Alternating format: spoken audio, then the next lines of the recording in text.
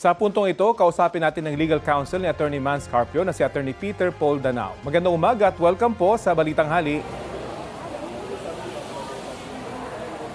Magandang umaga, Rafi. Opo, Attorney, pakipaliwanag sa mga manonood yung naging basihan nyo sa pagsasampa ng reklamo sa ilang government officials at mambabatas? Nasa batas naman po yan, Section 8A, RA 9160, as amended by RA 11521,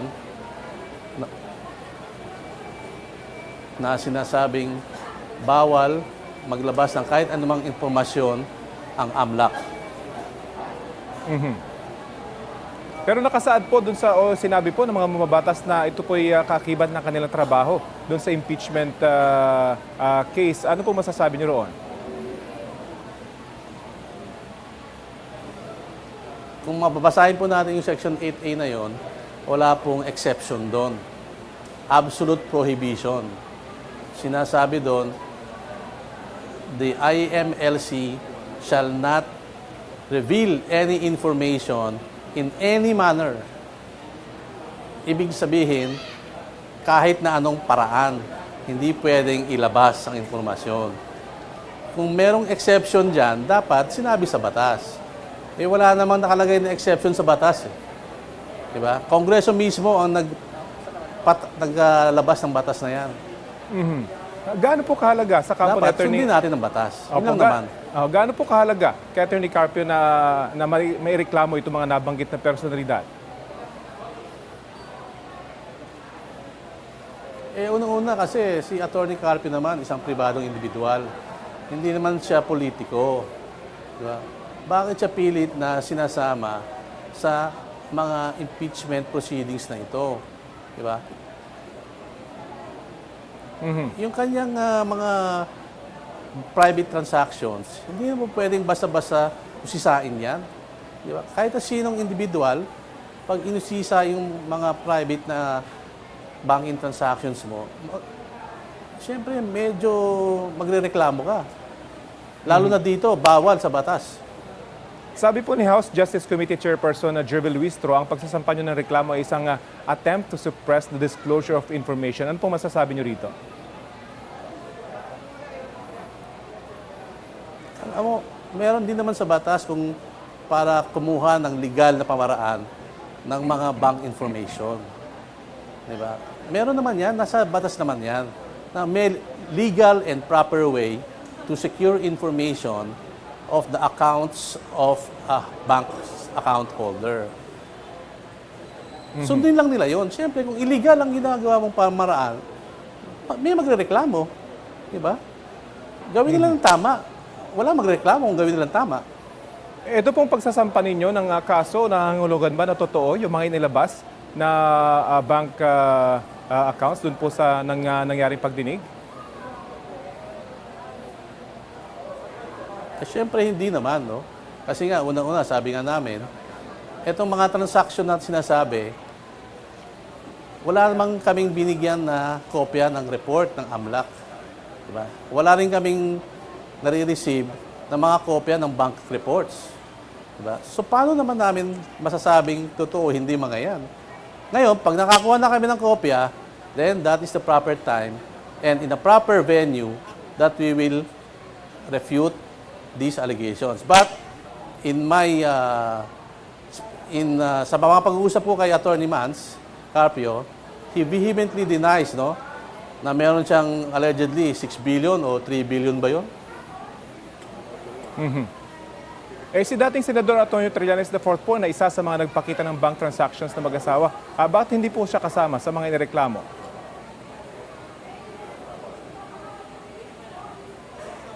Yung kay Mr. Trillanes naman, it's not arising out the AMLAC disclosure.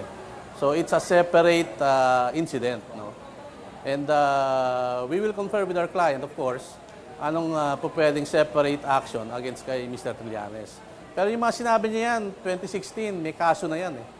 Nasa RTC Davao na yan, cyber libel, at nailipat lang dito sa RTC Mandaluyong. So yung mga sinasabi niya yan, meron ng kaso yan actually. Okay, abangan po natin yung mga susunod na aksyon ng inyong kliyente. Maraming salamat po sa oras na binahagi nyo sa Balitang Hali. Yan po si Atty. Peter Thank you, Paul Rafi. Danao. Susubukan po namin hingan ng reaksyon ng House Committee on Justice sa mga pahayag ni Atty. Danao. Ipinagdasal daw ni Vice President Sara Duterte ang agarang pagpapauwi sa amang si dating Pangulong Rodrigo Duterte. Ipinakita ng bise sa kanyang social media post ang kanyang pagpunta sa Our Lady of Mount Carmel Cathedral sa Jolo, Sulu. Bukod sa hiling para sa ama, ipinagdasal din daw niya ang kapayapaan at kaligtasan ng mga Pilipino. Nakadetain ngayon sa The Hague, Netherlands ang dating Pangulo dahil sa kasong Crimes Against Humanity sa International Criminal Court. Nitong April 23 lang nang kumpirmahin ng Pretrial Chamber 1 ang 3 counts ng kaso ni Duterte na may kinalaman sa kanya noong drug war mula 2011 hanggang 2019. Ibig sabihin, tutuloy ito sa paglilitis. Plano ang iapela ng kampo ni Duterte ang desisyon ng ICC. Ito ang GMA Regional TV News. Dalawa ang patay sa salpukan ng isang SUV at isang truck sa Tupi, South Cotabato. Ayon sa pulisya, binabaybay ng truck ang National Highway sa barangay Polong Uling at nang biglang kumabig ang SUV mula sa kasalubong na direksyon. Sa tindi po ng impact, tumagilid ang truck habang tumaob naman ang SUV. Dead on arrival sa ospital ang dalawang sakay ng SUV na naipit sa loob. Nagtamo naman ng minor injuries ang driver at pahinante ng truck. Wala pang pahayag ang driver na nasa kustudiya ng pulisya. Patuloy ang investigasyon. Big winner ang ilang kapuso shows at personalities sa 2026 Gandingan Awards. Kinilala bilang Best TV Program Host para sa Balitang Hali. Ang kasalo natin sa maiinit na balita na si Rafi Tima. Very grateful at very honored na ma-recognize ng mga estudyante, ng mga professors. Magiging inspirasyon ito of course para mas pagbutihin ko pa yung aking craft at mas makapaghatid pa ng mga makabuluhang storya. Itinanghal naman na most development-oriented news story ang storya ng saksi na Philippines' problem on plastic waste and solutions action taken by several LGUs. Nakuha naman ng DG Docu ang most development-oriented science and technology program para sa episode nitong Rice is Life, Solutions from Filipino Farmers. Dalawang pagkilala naman ang natanggap ng kapuso mo, Jessica Soho. Most Development-Oriented Public Service Program ang episode nitong Bagong Umaga ni Aurora. At Most Development-Oriented Investigative Story, ang Katakot-Takot na Kurakot Part 4. Nakuha naman ng docyong Broken Roads, Broken Promises ni Ding Dong Dantes ang Most Development-Oriented Documentary. Ano yung mga kwentong nagpapakita ng mga sirang kalsada, yung mga kulang na serbisyo at napako ng mga pangako, hindi po yan aksidente, kundi bunga ng matagal ng suliranin ng korupsyon. Panalo naman ng Most Development-Oriented Feature Story sa 20th Gandingan ang Agripreneur. Habang Most Development-Oriented Drama Program ang Encantadia Chronicles Sangre Episode 5. Kabilang naman sa mga nag-perform sa awards night ang cast ng Kapuso Prime series na Born to Shine. Sa nakalipas na 2 dekada, kinikilala sa gandingan ng mga media practitioner at programang nagpapakita ng development journalism at nagbibigay diin sa mga kwentong hatid ay solusyon at social change. Aubrey Carampel nagbabalita para sa GMA News. Mula po sa inyong lingkod at sa mga bumubuo ng Balitang Hali, isang taus-pusong pasasalamat sa 20th UP Combroadsoc Gandingan Awards ng UP Los Baños. Makakaasa po kayo na noon hanggang ngayon, hatid namin ay serbisyong totoo. Huli ka manghabulan ng mga rider na yan sa bahagi ng kalsada sa Cainta, Rizal. Ilang sandali, hinarang ng motorcycle taxi rider ang nakaalitang motorsiklo. Sinubukang umiwas ng rider pero binatukan siya ng humabol sa kanya. Nakalayo kalaunan ang nabatukang rider. Ayon sa uploader ng video, nag-ugat ang away kalsada dahil sa hindi pagbibigayan ng daan. Walang reklamong natanggap ang barangay at pulisya tungkol sa insidente. Sinusubukan pang kunan ng pahayag ang kumpanya ng nasabing motorcycle taxi rider at Land Transportation Office. Mga kapuso, isa ba kayo sa nabill shock o nagulat sa taas singil sa kuryente ngayong Abril? Sabi ng Meralco, matagal nang inanunsyo ang taas singil dahil sa pagmahal ng generation charges. Balitang hatid ni Darlene Kai. Sa init ng panahon ngayon, aminado si Hazel na mas madalas naka-on ang kanilang nag-iisang aircon. Pero tiwala siyang pareho lang ang konsumo niya ng kuryente ngayong buwan gaya noong Abril ng nakaraang taon. Kaya laking gulat niya pagdating ng bill, 7,013 pesos ang singil, kumpara sa 5,560 noong nakaraang buwan. Alam ko naman na nagdagdag ako ng oras sa aircon, so expected na rin po yun. Pero mas mataas talaga siya, unlike last year. May netizens ding nag-post tungkol sa kanilang bill shock o pagkagulat sa biglang sipa ng kanilang bill sa kuryente. Si Ivy Ocon galit na galit. Napakarami pa raw charges na umaabot sa mahigit 4,000 pesos. Halos 1,000 pesos din daw ang tax. Paglilinaw ng Meralco, tumaas ng 53 centavos per kilowatt hour ang kanilang singil ngayong Abril, gaya ng una na nilang inanunsyo. Sabi ng Meralco, dahil ito sa paglaki ng generation charge na epekto ng mahinang piso kontra dolyar at hindi pa kasama ang epekto ng krisis sa langis bunsod ng gera sa Middle East. Tumaas yung presyo ng gas plant. So ito pinagkukunan natin ng supply, nag-reflect sila ng increase kasi bumaba din yung pera natin kumpara sa benchmark na US dollar. Natural din daw na tumaas ang bill tuwing tag-init dahil lumalakas din ang konsumo sa kuryente. Paliwanag ng Meralco, 55% ang bayarin sa kuryente ay generation charge o presyo ng kuryente na binibili nila sa power producers. 10.1% ang transmission charge na ibinabayad sa National Grid Corporation of the Philippines para sa pagdaloy ng kuryente mula sa mga planta patungo sa distribution system. 17.5% ang distribution charge. Ito raw ang napupunta sa Meralco bilang bayad sa paggawa, operasyon at maintenance. 11.7% ang buwis. 5.7% naman ang iba pang singil. Paglilinaw din ng Meralco, gobyerno ang nagtatakda at kumukuha ng pass-through charges at subsidies para sa senior citizens at 4-piece beneficiaries. Ang lifeline rate ay ang subsidiya na binibigay sa mga 4-piece yung qualified. Ayon sa Republic Act 11552 o yung expanded lifeline rate law, equivalent ito sa 1 centavo per kilowatt hour. Wala pang pagtaya kung magkakaroon ng pagbabago sa singil para sa Mayo. Pero inaasahang makaaapekto ang karagdagang 23 centavos refund para sa residential customers, pati pagbabago sa babayarang buwis. Darlene Kai, nagbabalita para sa GMA News.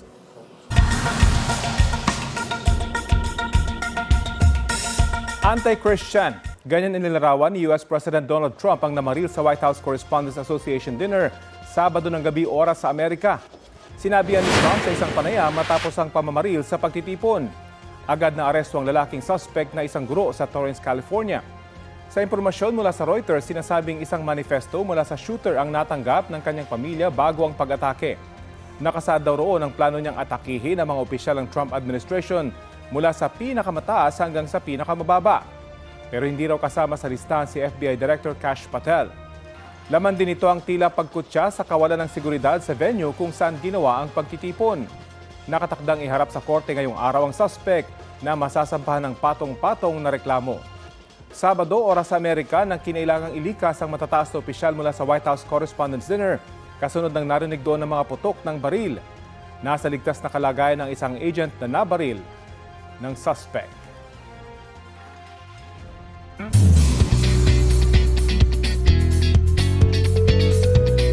From Pinoy Big Brother fanships, mas lalayag pa ang shippers ng tambalang Cap Heat. Kapit na sa kilig na iyahatid ng series na You're My Favorite Song, starring Caprice Cayetano at Heat Fornales. Makakasama nila sa romantic drama series ang co-housemates na sina Marco Massa at Clifford. #seated daw ang fans sa seryeng mapapanood soon sa GMA Afternoon Prime. Ang cast kaya, ano-ano ang nasa favorite song na playlist?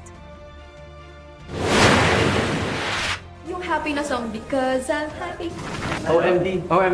OMD po by Ashley Sarmiento, Marco Massa, and Heat Fornales. Yes! Oh, my days feel so good when I'm talking to you. Isang advance celebration ang ibinigay ng fans ni Kapuso actress Andrea Torres para sa kanyang upcoming birthday. Tila naging debutant ulit si Andrea in her pink and purple themed party. Chika ni Andrea, very happy siya dahil nakabonding niya ulit ang fans na taon-taon itong ginagawa. Plano raw niyang mag-travel on her actual birthday bago sumabak ulit sa taping ng kanilang upcoming medical series na Code Grey. Puspusan daw ang paghahanda niya sa kanyang role sa series at kumukuha ng ilang ideas mula mismo sa kapatid niyang doktor. Isa sa makakasama niya riyan si Asia's multimedia star Alden Richards. May dessert sa Esperanza Sultan Kudarat na big time pangontra sa init. Yan ang kanilang halo-halo Ultra Max version. Sa isang higanteng kawa, sandamakmak na shaved ice ang inilagay at sinahugan ng sangkaterbang saging, kamote, buko, red beans, ube, leche flan at marami pang iba. Ang ilang nakitikim, tabo at pitsil na nga ang bitbit na container. Ang dambuhalang dessert na bida sa taunang Halo-Halo Festival doon, natapat pa sa matinding init ng panahon. No beach, no problem para sa ilang magtotropa sa Lawag, Ilocos Norte. May instant pool naman sila gamit ang likod ng isang pick-up. Gumamit lang sila ng plastic bilang lining at saka pinuno ito ng tubig gamit ang water pump. Solve na raw ang alinsangan, nakatipid pa sa gasolina imbes na bumiyahe papuntang dagat. Ito ang GMA Regional TV News. Huli kam sa Barangay Compania Central sa Iloilo City ang panggugulo ng ilang kabataan na nauwi sa pagpapaputok ng baril. Nakuna ng video ang komosyon sa harap ng isang bahay nitong Huwebes. Nagsisigawan ang mga binatilyo. Ayon sa pulisya, ilang beses na nagpaputok ng baril ang mga kabataan. Sugatan ng isang babaeng 20 anyos matapos tamaan ng bala sa tagiliran. Nagkataon lang na noon na lumabas siya ng bahay. 2 suspect ang nahuli kabilang ang 18 anyos na lalaking nasugatan matapos tamaan ng bala sa paa nang siya ay magpaputok ng baril. Itinatanggi ng suspect na nagpaputok siya ng baril. Depensa pa ng mga suspect, ibang grupo ang nagsimula ng gulo. Patuloy na pinaghahanap ang iba pang sangkot sa insidente. Tiniyak ni Pangulong Bongbong Marcos na tuloy-tuloy ang serbisyo sa lahat ng sangay ng gobyerno sa kabila ng nararanasang energy crisis. Patuloy ang trabaho sa lahat ng sangay ng gobyerno. At yan naman talaga ang dapat dahil hindi natin hahayaang maparalisa ang serbisyong binibigay ng gobyerno. Ano man ang problemang hinaharap. Ayon sa Pangulo, patuloy ang paggawa ng mga kalye at daan, pangangalaga sa mga may sakit at sa mga estudyante.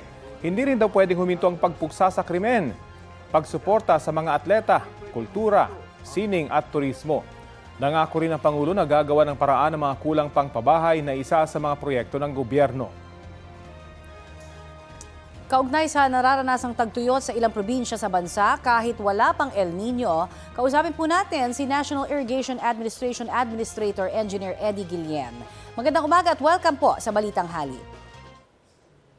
Ma'am Kuling, magandang umaga po. Yes, ano ho yung mga lugar sa bansa ang na-monitor ninyong may nararanasan ng tagtuyot o drought? Well, dito po sa Ilocos Region po, sa Cagayan Valley. Kaya lang po, marami na po kasi nakalusot sa ating secondary cropping, Ma'am Connie. Kasi di ba binago namin yung cropping calendar. Apo. So, yung mga site po na kung saan yung mga malalaking dams natin, wala po tayong problema doon. In fact, nakadalawang cropping po kami. I see. At may ilang reports na nga po kami natatanggap kaugnay po sa problema sa ilang irigasyon. Gaano na ho kalala ang problema natin dyan at ano-ano ho yung mga nailatag ng programa ninyo or yung mga aksyon na ginawa na? Malinaw naman ang mitigation plan ng NIA. Pinapalakas natin, of course, yung water management, yung maayos na scheduling, yung canal clearing, desilting, para walang nasasayang na tubig. Pangalawa, pinapalawak po natin yung paggamit ng solar-powered at gravity irrigation para hindi tayong laging nakaasa sa fuel at siguradong may patubig tayo kahit tag-init. And then, yung pangatlo naman, ginagamit natin yung climate smart practices, tulad po ng AWD, yung alternate wetting and drying technology natin, na kung saan nakakatipid po tayo ng around 30% po doon. At ang importante po, ma'am, is yung pag-adjust natin ng planting calendar para makatipid tayo sa tubig at maiwasan ng yung tama ng ganitong pagtagtuyot na ano po. Alright. At paano maapektuhan yung water supply naman sa Metro Manila ng mga pangangailangan po sa irigasyon ngayong tag-init na at kung sakaling matuloy pa nga itong El Nino? Ang supply po na kasama po dito po sa may Angat Dam, ma'am, ano? Ang ginagawa po ng NIA para makatulong po tayo lagi diyan ay inire-release po namin yung ibang